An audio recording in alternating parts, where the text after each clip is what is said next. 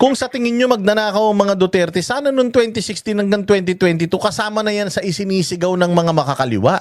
Kasama na yan sa isinisigaw ng mga media. Ang dinidikit nga lang kay Pangulong Duterte, war on drugs.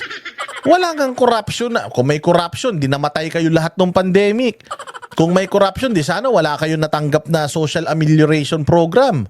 Kung merong corruption nung panahon ni Pangulong Duterte, di sana wala kayong libreng bakuna.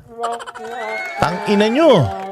Ang daming nagkasakit sa atin ng COVID. Di sana hindi na cover ng PhilHealth yung at least 70% ng mga hospital bills nyo.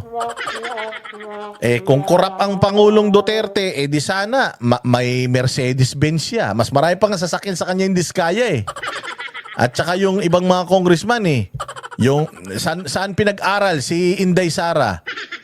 Si Inday Sara nag-aral sa Ambeda. Si Baste saan nag-aral?